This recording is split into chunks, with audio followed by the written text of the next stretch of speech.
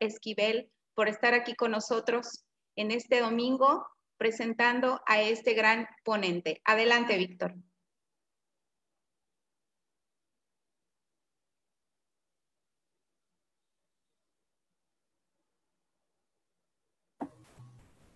Gracias, buen día a todos nuestros queridos escuchas. El día de hoy, ni más ni menos, contamos con la amable presencia del doctor Andrés Jagua Gualdrón. Él es médico cirujano de la Universidad Nacional de Colombia, director médico de la Sociedad Colombiana de Apiterapia y experto en medicina basada en las evidencias y metodología de la investigación. Cuenta con más de 12 años de experiencia clínica en el uso de la apiterapia. También, a su vez, cuenta con varias publicaciones científicas internacionales como autor principal y es conferencista internacional de la World Apitherapy Organization. El día de hoy, el doctor muy amablemente nos ha preparado una conferencia pues espectacular, ¿no? La apiterapia y la biología molecular. Aquí, bueno, pues el doctor tiene muchísima experiencia, lo hemos seguido durante algunos años en la Sociedad Colombiana de Apiterapia y pues hoy, sin más preámbulo, bienvenido doctor, es un honor y un gusto poder compartir esta conferencia el día de hoy con usted. Está en sus manos el micrófono y agradecemos de antemano su amable colaboración.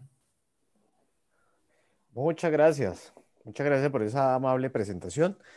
Y en efecto, este es un tema bien interesante y bien importante dentro del desarrollo de la apiterapia. Y no suelen haber este tipo de espacios pues para realizar este tipo de abordajes sobre este tipo de temas. Ya vemos la presentación, ¿verdad? En las pantallas de todos. Sí. Perfecto, fantástico.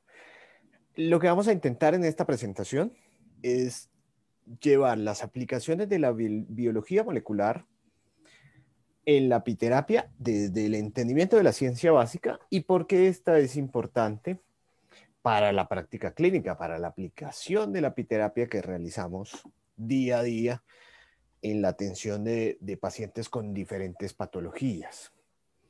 Y debemos tener en cuenta que la biología molecular tiene diferentes campos de aplicación.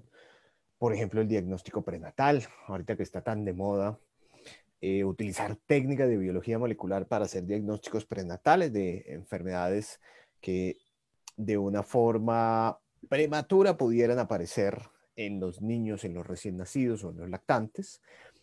Pero también lo utilizamos para el diagnóstico premórbido. Por ejemplo, podemos utilizar diferentes marcadores moleculares para diagnosticar de una forma temprana un tipo de cáncer, por ejemplo, pero también para el estado mórbido, es decir, para una enfermedad en particular. Cada vez es más frecuente, nuevamente en el caso del cáncer, por ejemplo, que utilicemos marcadores moleculares que nos permiten entender el comportamiento clínico que tendrá en determinado momento una enfermedad, de tal manera que se pueda sugerir qué pronóstico va a tener el paciente, es decir, qué tan enfermo se va a poner después en el tiempo, cómo va a evolucionar la enfermedad y también cuál es el mejor tratamiento posible para ellos.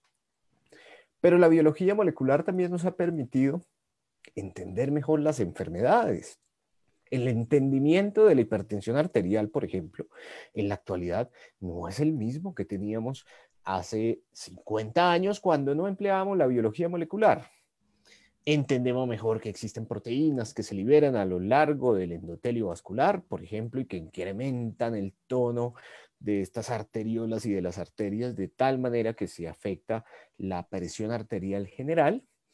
También sabemos en enfermedades como la artrosis, por ejemplo, que la expresión de diferentes proteínas, desde los condrocitos, esas células que se encuentran produciendo cartílago de forma constante, se puede modificar como consecuencia de una patología y por este motivo entonces cambiamos la tasa de producción de colágeno, cambiamos la calidad del colágeno que se produce.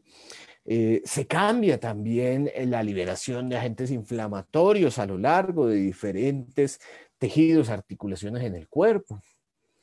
El estudio de la medicina molecular y de la biología molecular, de hecho, también ha permitido el desarrollo de la terapia génica. Hoy por hoy podemos pensar en la inyección de ciertos genes a personas, por ejemplo, que tienen enfermedades genéticas bastante severas, todas ellas resultado de alteraciones que vienen de nacimiento, es decir, congénitas, pero hoy por hoy, por estas técnicas, por este entendimiento de las moléculas en nuestro organismo, podemos modificar la forma en la cual realizamos estas intervenciones terapéuticas. Sabemos también que esto nos permite desarrollar nuevos tratamientos. Y dentro de esto, de nuevos tratamientos, nuevos medicamentos, encontramos también la apiterapia, que se circunscribe como una nueva forma. Nosotros sabemos que es muy antigua, que tiene más de 4.000 años, pero de hecho para el mundo contemporáneo, la apiterapia es una terapia nueva para la mayoría de las personas, porque apenas la descubren. Eso parecía como si fuera una medicina chamánica, una medicina indígena sin comprobación científica, pero lo que vamos a ver es de hecho que la apiterapia tiene unas grandes posibilidades de integrarse de una manera efectiva y adecuada a los diferentes sistemas médicos predominantes en todos los países del mundo. Y por supuesto, el entendimiento de la medicina molecular y de la biología molecular nos va a permitir tener unos tratamientos individualizados, que son, por supuesto, tratamientos que tienen una mayor efectividad, que tienen un mejor campo, un mejor rango de acción terapéutica, pues porque van a modular de una forma específica aquello que necesitamos modular en los pacientes. Y esto se aprecia en diferentes enfermedades, como el cáncer, por ejemplo, como las enfermedades neurodegenerativas, como la enfermedad de Alzheimer y en casi todas las enfermedades cardiovasculares. De hecho, el entendimiento de la biología molecular modificó la forma en la cual se interpreta y se entiende hoy todo el espectro de enfermedades cardiovasculares, que es bastante amplio, que suele empezar como una hipertensión o como una calcificación arterial, pero hoy sabemos que es bien diferente y ya hablaremos más adelante un poquito de esto. Y obviamente también ha modificado la forma en la cual interpretamos otras prácticas terapéuticas muy importantes y que son supremamente valiosas en todo el planeta. La acupuntura, por ejemplo, gracias a la biología molecular, tiene hoy un sustento bibliográfico muy amplio que muestra sus efectos terapéuticos y los efectos que produce dentro del organismo. Y estoy hablando sobre todo pensando en una mentalidad occidental en la cual tenemos un paradigma científico de construcción de la ciencia bien diferente, digamos, al que podría ocurrir en otros sitios. Pero lo interesante de todo es que cuando uno interpreta este paradigma de la ciencia occidental y lo compara con lo que se describe, por ejemplo, en el caso de la acupuntura desde la medicina tradicional china, se encuentra que existe una racionalidad científica lo suficientemente sólida como para que la OMS hoy considere que la acupuntura es una práctica médica alternativa que debería utilizarse en todos los países del mundo. La mayoría de países del mundo, a través de sus ministerios de salud, de hecho, ya tienen protocolos específicos a través de los cuales debería implementarse la aplicación de este tipo de medicina. Sabemos, por ejemplo, que la acupuntura modifica la expresión de proteínas a lo largo de todo el cordón espinal, en los sitios en los cuales se interpreta la señal de dolor. Esa información pasa al bulbo raquídeo, luego posteriormente al tálamo y finalmente a la corteza prefrontal, y luego se devuelve una señal que reduce el dolor en los pacientes. Todo eso es gracias a la biología molecular. La osteopatía también tiene un gran campo de aplicación y una gran explicación de su actividad terapéutica desde la biología molecular. Y de hecho cada vez hay más autores que indican que la fascia debería ser considerada un órgano entero en nuestro organismo, porque tiene unas funciones particulares y modifica de una manera significativa la forma en la cual funciona nuestro organismo. Igual, gracias a las técnicas de la biología molecular, a su entendimiento, sabemos que existen muchísimas plantas con propiedades terapéuticas infinitas y muy importantes para todos nosotros, tal vez de las más conocidas por todo, la cúrcuma, la manzanilla, el jengibre, todos con comprobaciones científicas de diferentes mecanismos de acción desde el punto de vista molecular que modifican la forma en la cual funcionan nuestros organismos.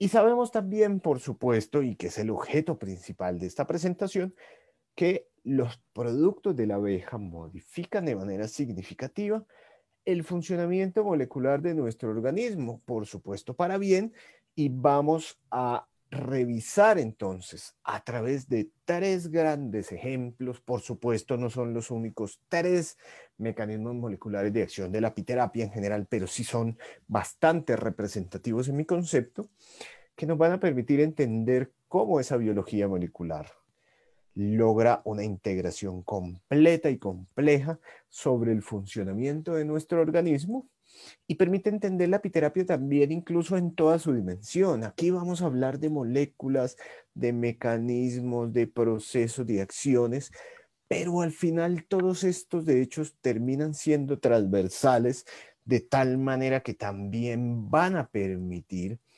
entender en muchas ocasiones cómo incluso, por ejemplo, la apipuntura, es decir, la aplicación del veneno de la abeja en un punto de acupuntura, funciona bastante bien para el tratamiento de una artritis, por ejemplo.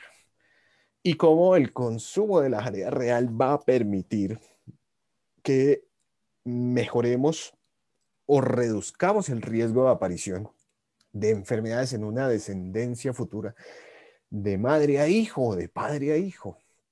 Y vamos también a lograr un entendimiento adecuado de cómo es este cuento de la regulación metabólica que producen los diferentes productos de la abeja, incluso al punto en el cual lograremos que consumiendo miel, que es un producto dulce, es una cosa que culturalmente es bastante difícil, al menos en Colombia, no sé si en todos los países pase, pero es bastante complejo que los pacientes entiendan por qué deberían consumir miel de abejas, un producto dulce para la regulación del azúcar.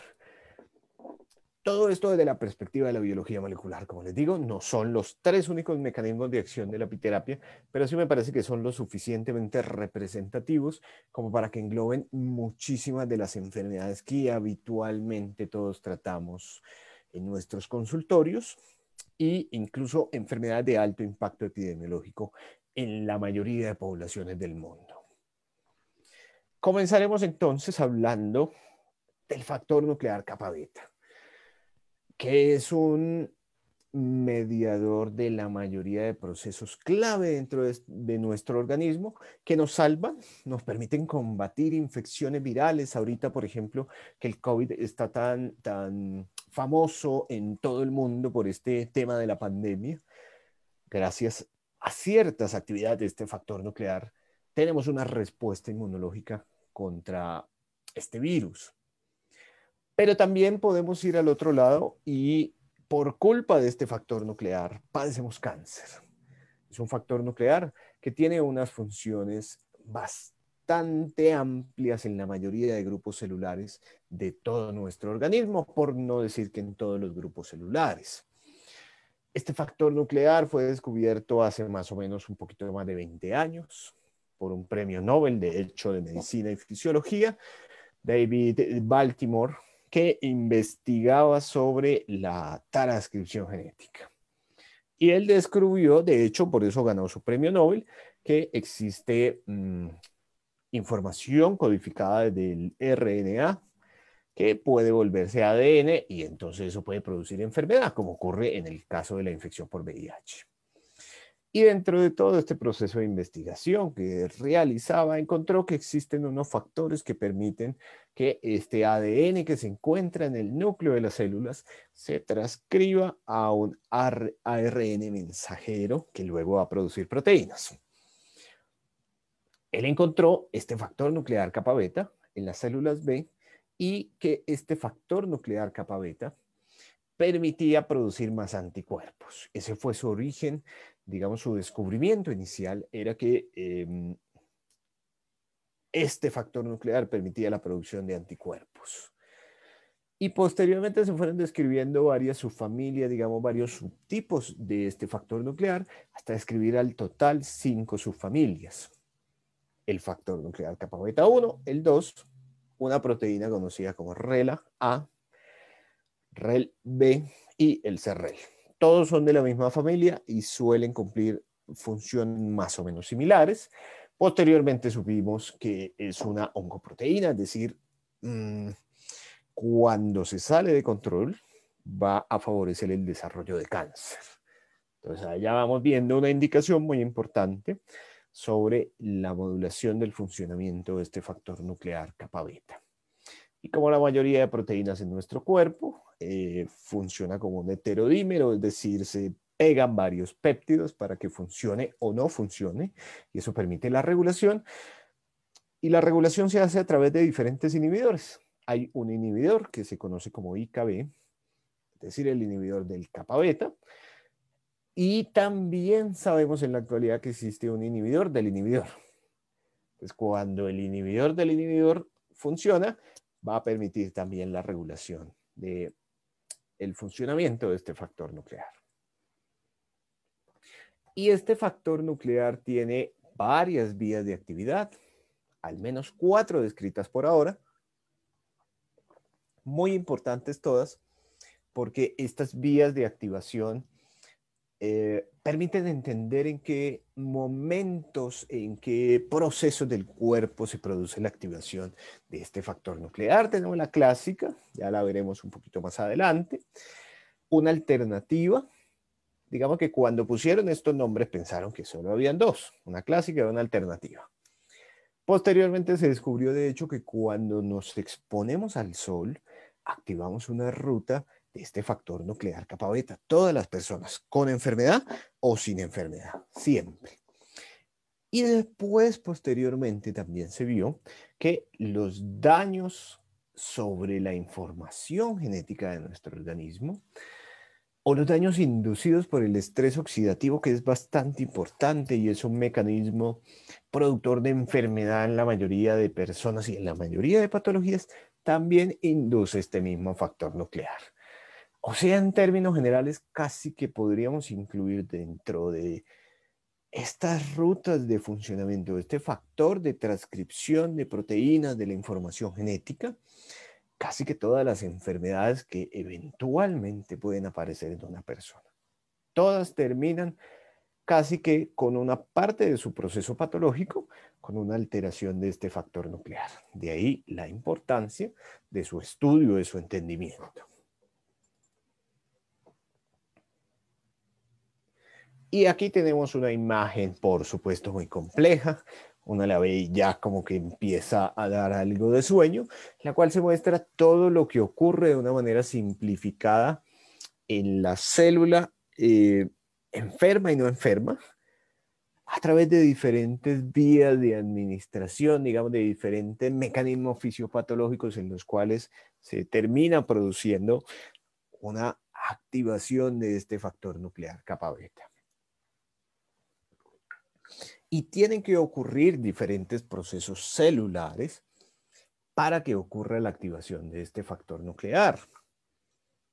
Es un factor nuclear que se puede activar, por ejemplo, por estímulos inflamatorios, y eso conducirá entonces a la activación de este factor nuclear kappa beta, que pierde entonces su inhibidor y por ese motivo se puede traslocar al interior del núcleo celular y modificar la forma en la cual se transcriben los diferentes genes.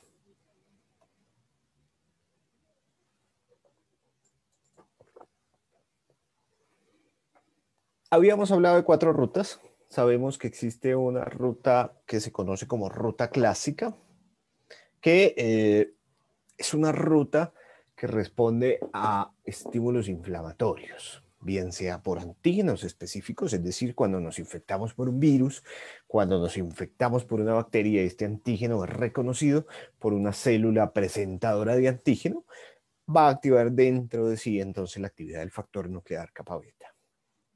También por citoquinas. Entonces un linfocito TSD8 citotóxico libera unas citoquinas que van a activar a otras células la vía del factor nuclear kappa beta. Y esta ruta también activa el receptor tipo TOL, que es un receptor que se activa en las respuestas inmunológicas innatas, en términos generales, en respuesta a diferentes agentes agresores que pudieran ocurrir o presentarse a las diferentes células del cuerpo. Tenemos también la ruta alternativa, entonces, que es resultado de la respuesta inmunológica adaptativa, es decir, después de que ya hemos tenido contacto con diferentes virus, bacterias, antígenos de diferente tipo, y las células B y los monocitos, los macrófagos, empiezan a segregar una cantidad de mediadores de la respuesta inmunológica que van a activar en otras células, entonces, la actividad del factor nuclear kappa beta. En principio, de hecho, este factor se descubrió como resultado de la respuesta, digamos, del estímulo del factor activador de las células B, un factor que permite incrementar la producción de anticuerpos. Gracias a la acción del factor activador de células B y de la mediación de este factor nuclear kappa beta es que se producen anticuerpos y se tiene una respuesta inmunológica sólida y efectiva contra el tratamiento de diferentes agresores que pudieran ingresar a nuestro organismo. Y esta ruta alternativa tiene algo en particular, y es que activa de hecho también la vía clásica intracelularmente de la activación del factor nuclear kappa beta. Es decir, bastante importante la activación de la ruta alternativa, porque va a activar también la ruta clásica. Tenemos, en términos generales, entonces, dos rutas activas a la vez. Tenemos la ruta activada por la radiación ultravioleta, que no es dependiente del daño, y de hecho esta es una ruta que en términos generales está diseñada para que permita la recuperación de los tejidos de la piel expuestos a sol y a un sol intenso. Es una ruta, de hecho, que se activa cuando salimos al sol para que nuestras células de la piel se renueven, para que se produzca más colágeno, para que produzcamos más queratina si es necesario, más melanina, de tal manera que podamos producir los tejidos necesarios, los componentes, las moléculas necesarias para protegernos del daño. Y en términos generales, cuando nos exponemos a la radiación ultravioleta, este factor nuclear kappa beta en esta ruta, es decir, en las células de la piel, va a evitar la muerte prematura de estas células. Porque lo más probable es que si no lo tuviéramos, al solo intentar exponernos al sol, pues perderíamos casi que toda la piel y no estaríamos contando cuento en este momento. Y también hay una ruta inducida por el estrés oxidativo muy supremamente importante. De hecho, estoy seguro que casi todos los que están escuchando esta conferencia sabemos que el estrés oxidativo debe ser modulado en todas las enfermedades agudas o crónicas porque va a producir efectos deleterios sobre nuestro organismo. Y es una ruta que se activa como consecuencia del incremento en el citoplasma y en las mitocondrias de especies de oxígeno reactivo o especies de nitrógeno reactivo. Y eso va a modificar la forma en cómo se ubiquitina, es decir, en cómo marcamos las proteínas que debemos degradar en nuestra célula, o de cómo se fosforilan, es decir, de cómo activamos, desactivamos esas proteínas al interior de la célula. Y este factor nuclear tiene muchísimos genes que controla.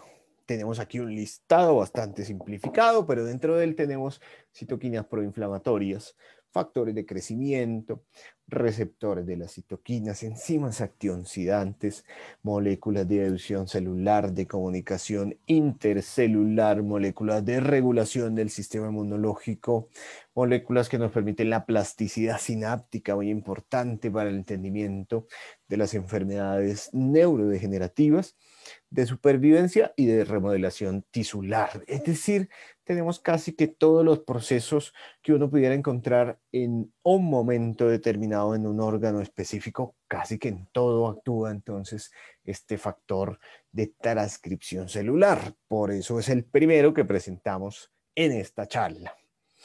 Y hay diferentes vías o señales de activación, los procesos inflamatorios, la misma liberación de factores de crecimiento, por ejemplo, ante una herida, las señales que requieren las citoquinas para que funcionen, el estrés, y hablo del estrés psicológico también, no solamente del estrés oxidativo, sino del estrés psicológico, va a producir una activación específica de este factor nuclear, modificando la forma en la cual funcionan nuestras células.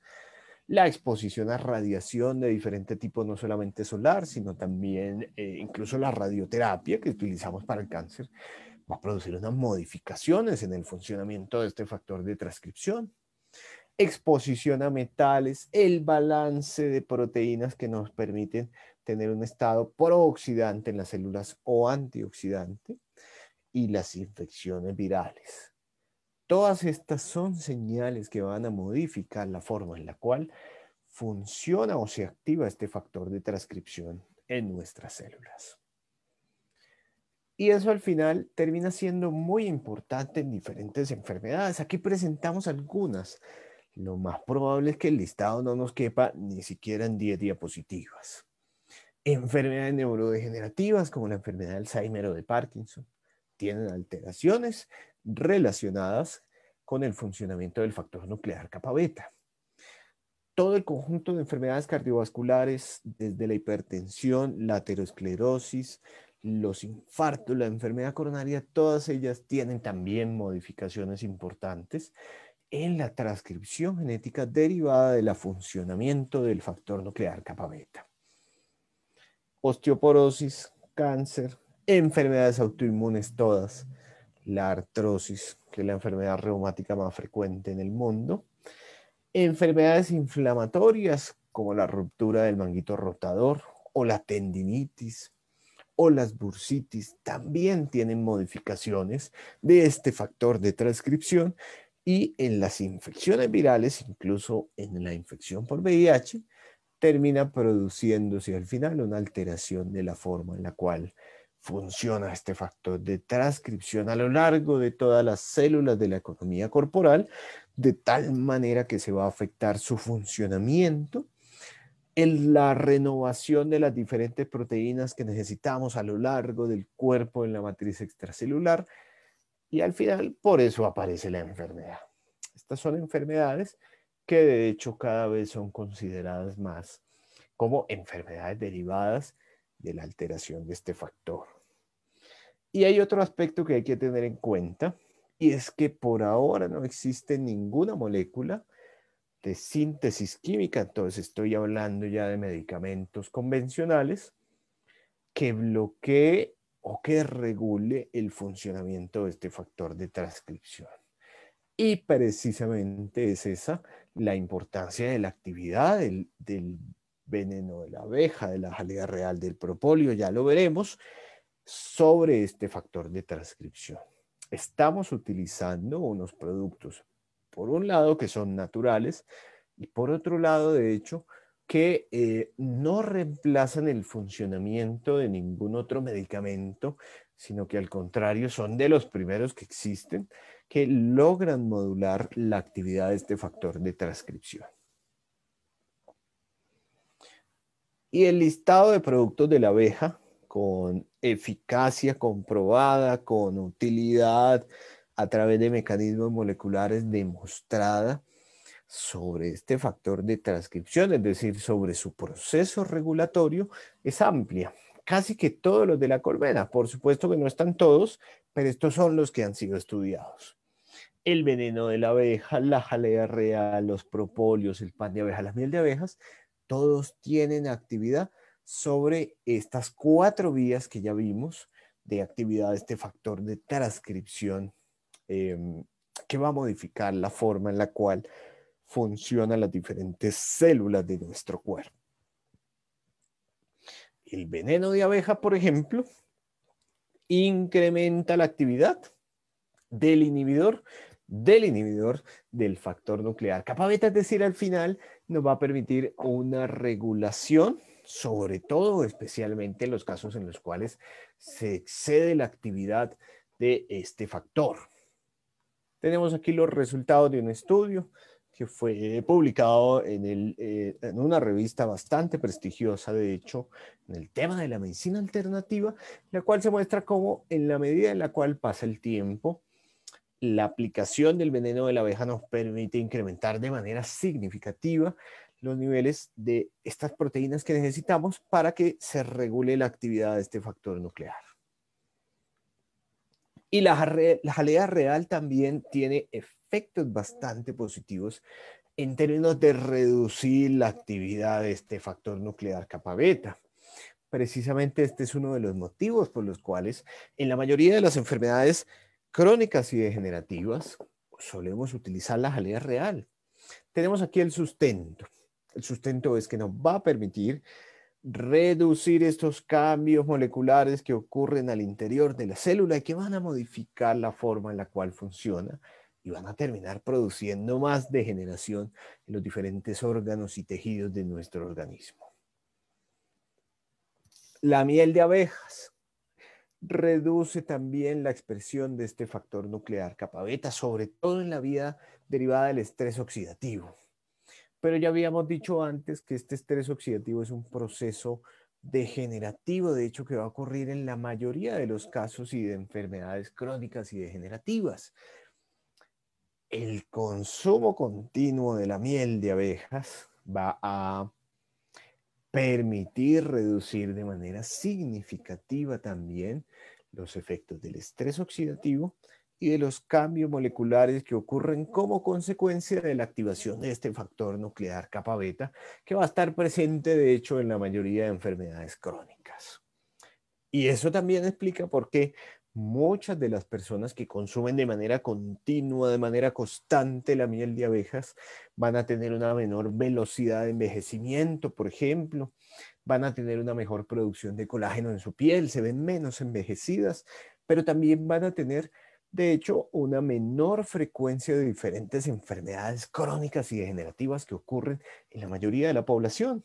Las personas que consumen miel de abejas y productos de la abeja en términos generales suelen mostrar una menor frecuencia relativa de distinto tipo de enfermedades.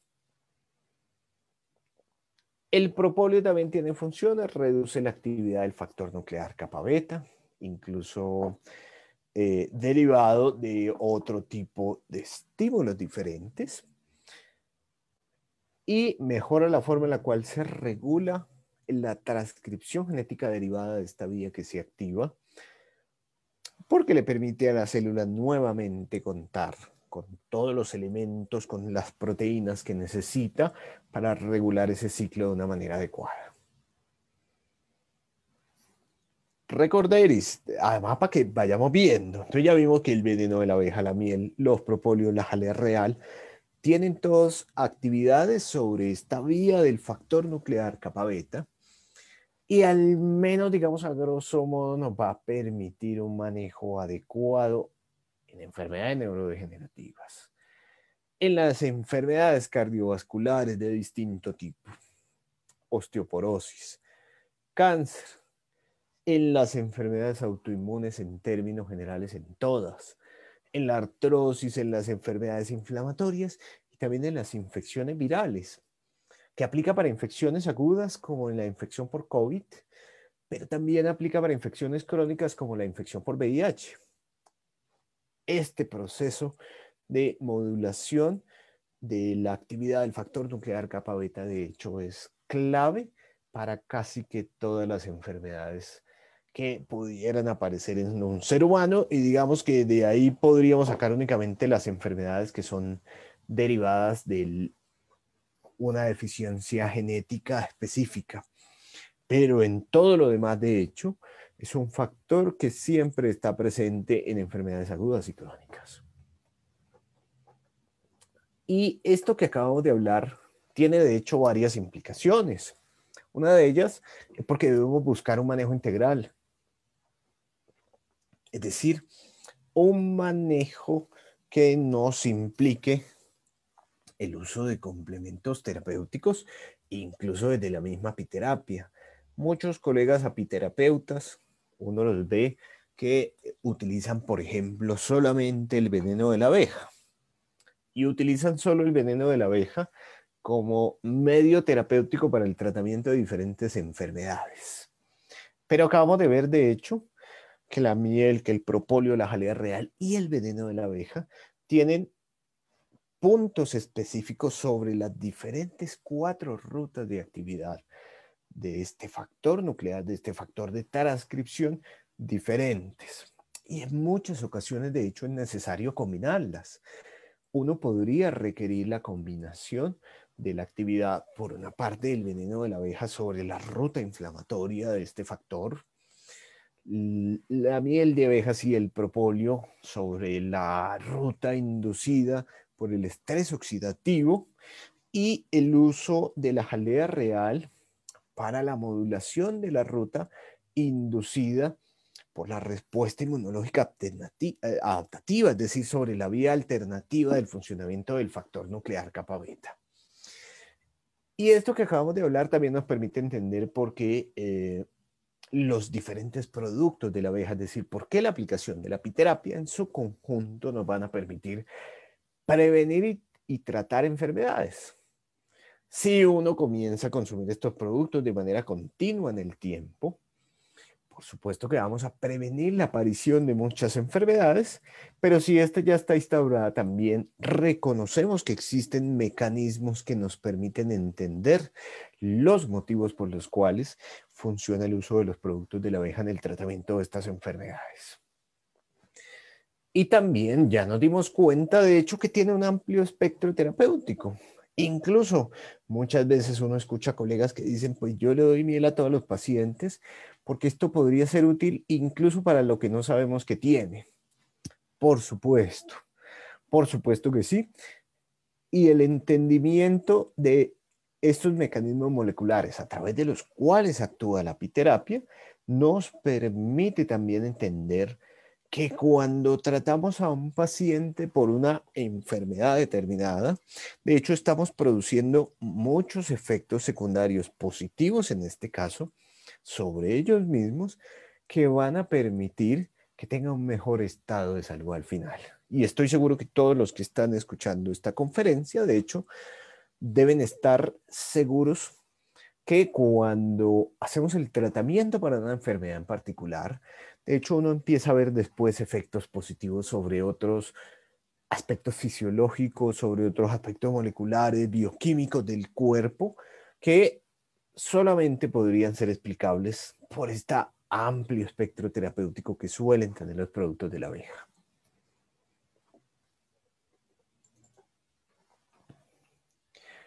Y segundo mecanismo que vamos a revisar hoy, de protección genética y epigenética, muy importante y muy valioso, de hecho, porque muchas enfermedades tienen alteraciones desde el punto de vista genético, por supuesto también desde el punto de vista epigenético.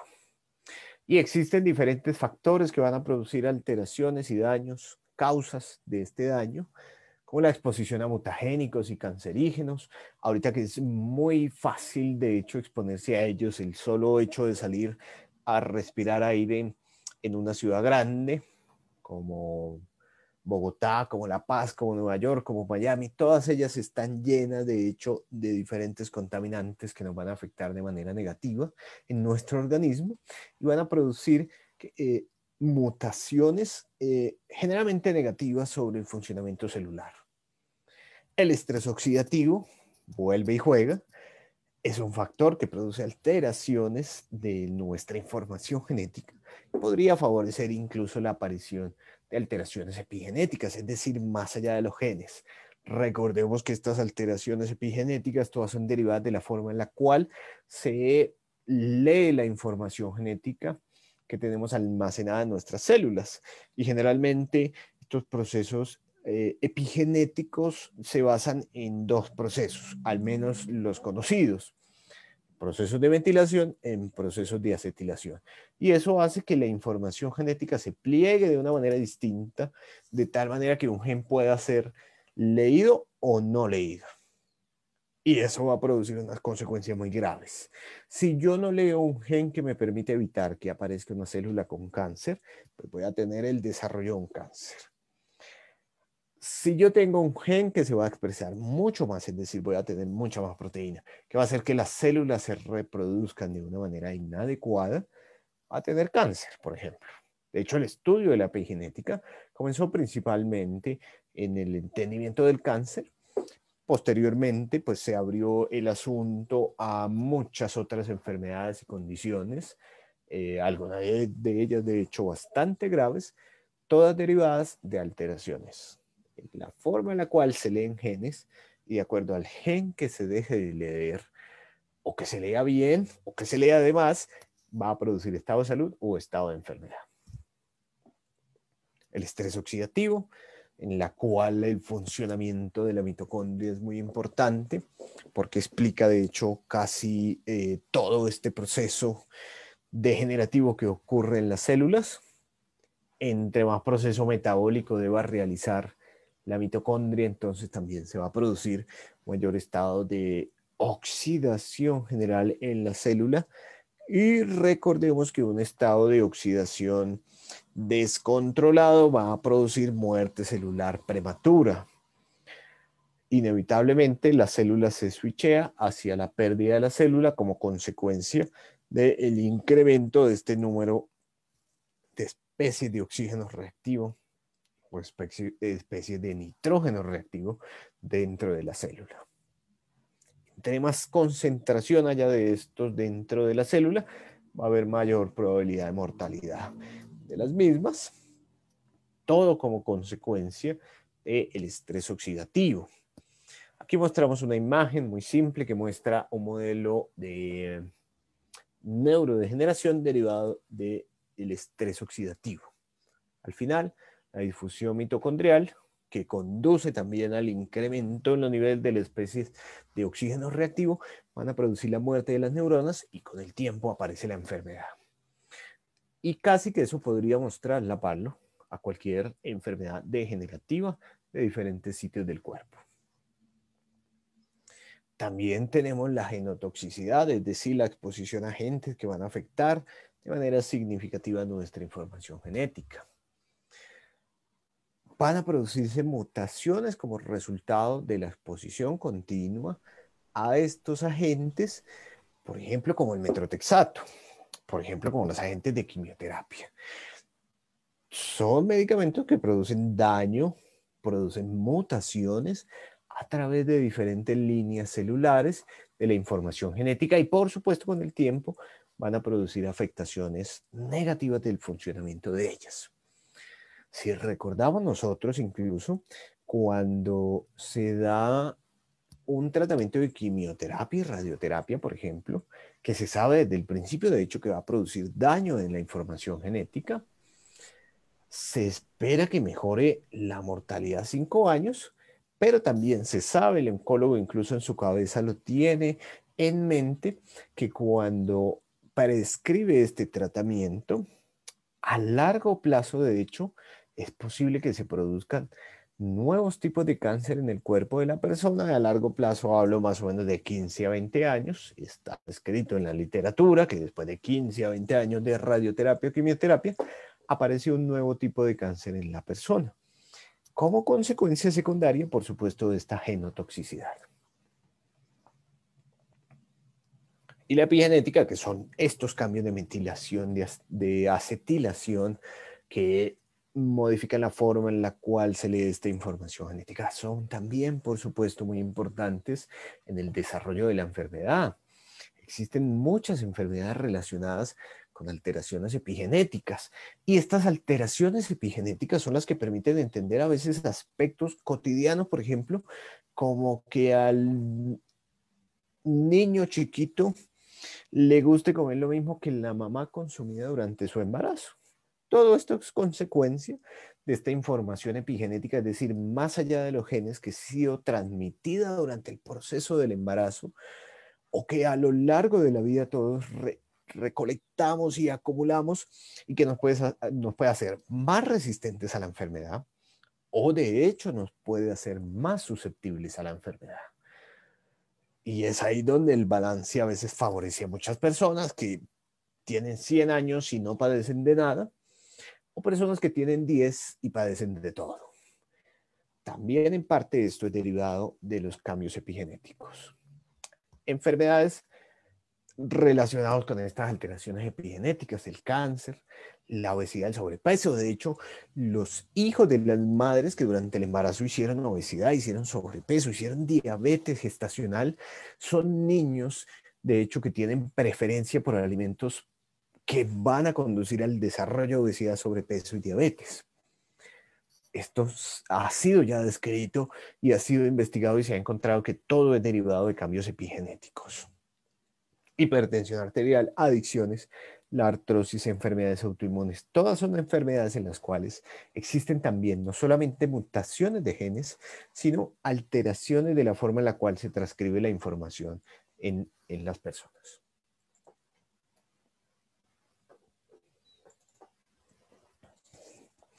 Y los diferentes productos de la abeja permiten hacer modulaciones de estos procesos, tanto de protección de la información genética como de la forma en la cual ésta se puede leer y de la forma en la cual se presentan estas alteraciones epigenéticas.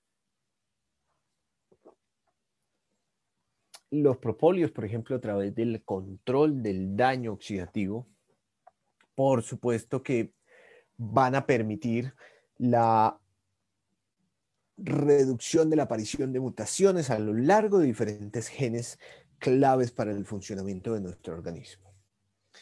Esta es una publicación en Andrología en la cual se encontró, de hecho, que los hombres que consumían propóleo de manera continua tenían menor daño oxidativo de sus espermatozoides, es decir, les iba a permitir al final tener una información genética un poco más clara, al menos en términos de la reproducción.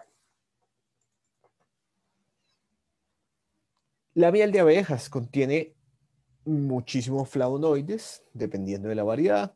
Contiene también bastantes fenoles, polifenoles, que van a verse representados, de hecho, en la capacidad antioxidante final sobre procesos oxidativos, por ejemplo, como ocurren en la sangre. El consumo continuo de miel de abeja, de hecho, reduce de manera significativa los procesos oxidativos en la sangre y sobre diferentes tejidos del cuerpo. La jalea real tiene también un efecto inductor sobre la expresión de diferentes enzimas necesarias dentro de las células para el control de estos procesos oxidativos negativos que ocurren dentro de las células sometidas a estrés oxidativo o a estrés de diferente tipo de estrés metabólico que van a afectar su funcionamiento. El consumo continuo de la jalea real, de hecho, permite reducir la oxidación celular mediante el incremento en los niveles de las enzimas que necesitamos para reducir estos procesos oxidativos.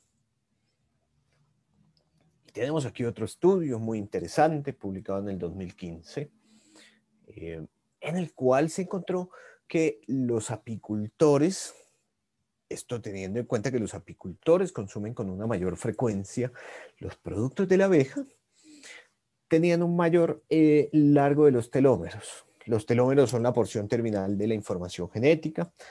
Con cada reproducción celular se va acortando de manera progresiva. Como parte del proceso del envejecimiento se acorta mucho más ese telómero y eso produce al final alteraciones significativas en el funcionamiento celular y en la producción de diferentes proteínas. Un estudio muy interesante. Aquí encontraron entonces, por ejemplo, que los apicultores que consumen de manera continua estos productos de la abeja, todos, no solamente la picadura inesperada sobre diferentes sitios del cuerpo, sino el consumo del polen, de la miel, de la jalea real, de los propóleos de una manera continua como parte de la dieta, produjo que los apicultores de hecho tengan unos telómeros mucho más largos.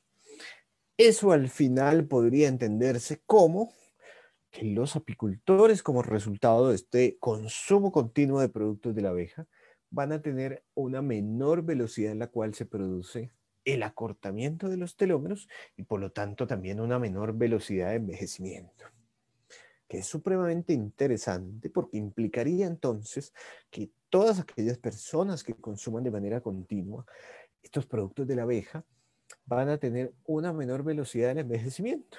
Supremamente importante porque la mayoría, de hecho, de personas, en la mayoría de patologías también, requerimos que esta velocidad de envejecimiento sea más lenta, de tal manera que logremos una mejor calidad de vida al final. Pero en efecto, las personas que consumen de manera continua los productos de la abeja tienen una menor velocidad del envejecimiento.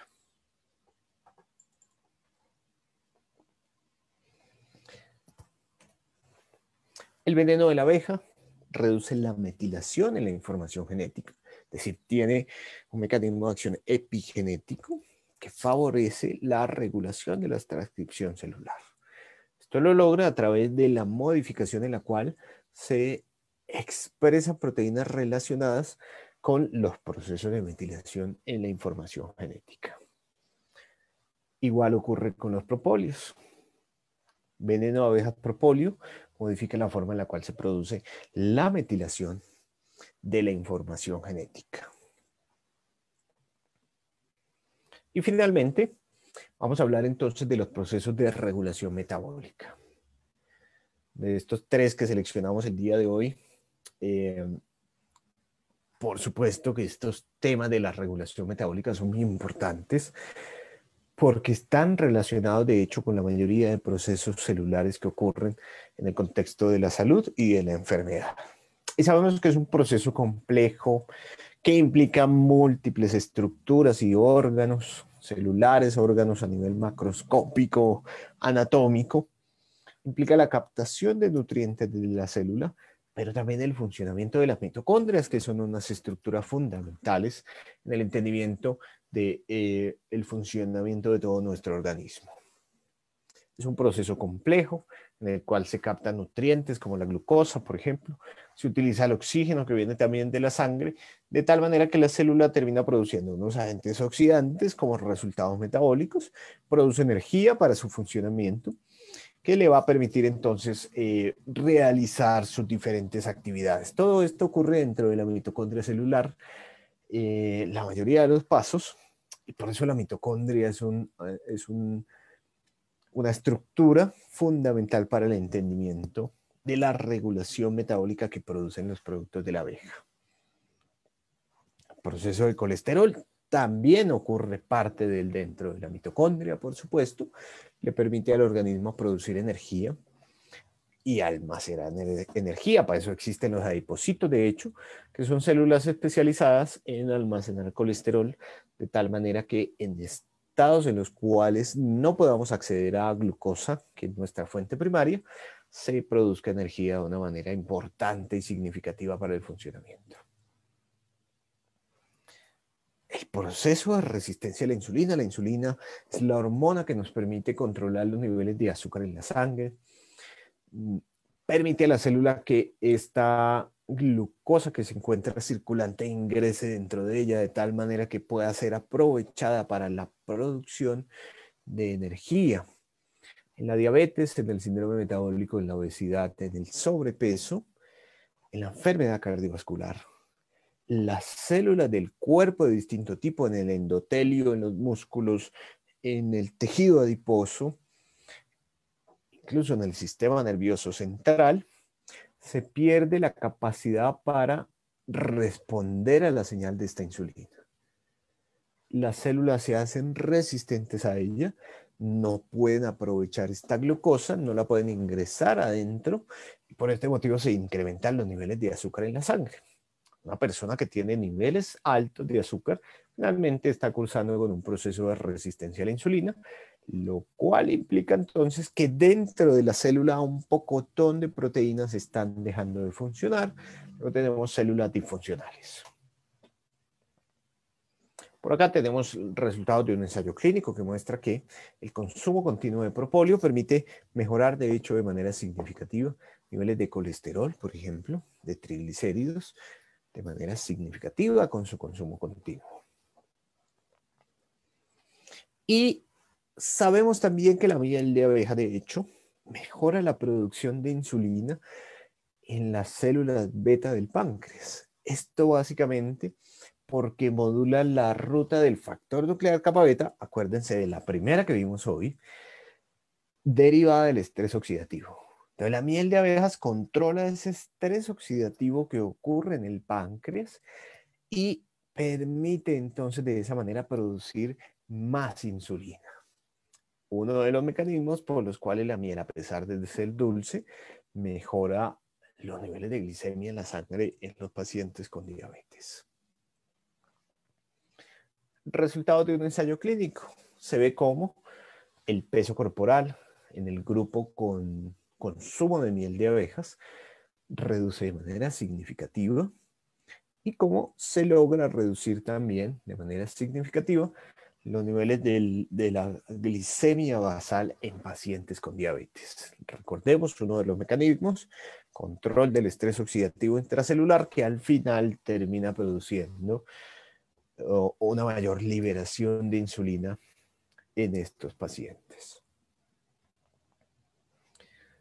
El consumo de miel de abeja, de hecho, reduce bastante importante la glicemia basal, pero también los niveles de triglicéridos, de colesterol total, de colesterol LDL, y contribuye a incrementar los niveles del colesterol HDL. La mayoría de medicamentos que existen para el tratamiento de las dislipidemias, de hecho, no permiten modular la producción del colesterol HDL, que es el que conocemos como colesterol bueno. El consumo continuo de la miel de abeja, de hecho, permite mejorar el conteo, los niveles de este colesterol bueno. La jalea real, muy buena para incrementar la reproducción de células musculares. Por ello se utiliza en la sarcopenia, es decir, en la pérdida del músculo. El consumo continuo de jalea real permite tener más células musculares, es decir, vamos a tener más células respondiendo a la insulina que nos van a permitir mejorar el estado metabólico de nuestro organismo, nos van a permitir reducir los niveles de azúcar en la sangre de una manera significativa, reducir los niveles de colesterol también de una manera significativa. Mejoran parámetros metabólicos con el consumo de la jalea real, colesterol, triglicéridos, peso corporal incluso, niveles de azúcar en la sangre. Reduce la resistencia a la insulina. Este fue un estudio en el cual se evaluó el índice OMA, que es un índice que utilizamos en el cual combinamos los niveles de azúcar y los niveles de insulinemia, es decir, de insulina que se presenta en la sangre, que se mide a través de diferentes técnicas bioquímicas. Y el consumo continuo de jalea real nos permite reducir de manera significativa esta resistencia a la insulina, es decir, la resistencia de las células a responder a esta hormona. Reduce también los niveles de colesterol, especialmente los niveles del colesterol LDL, de tal manera que tendremos entonces al final un mejor perfil metabólico y mejora también los niveles del colesterol HDL, reduciendo así el riesgo cardiovascular. También muy importante, la jalea real reduce la producción de nuevas células acumuladoras de grasa. Por eso es bastante útil también en el tratamiento de la obesidad. El consumo continuo de la jalea real a través de su acción sobre el receptor PIPAR, que se utiliza incluso por otros medicamentos, permite reducir la reproducción, la tasa de generación de nuevas células acumuladoras de grasa. Y favorece también la producción de nuevas mitocondrias en las células funcionales, células musculares, en células articulares, en células de la sangre. Tienen más centrales metabólicas, tienen más mitocondrias que van a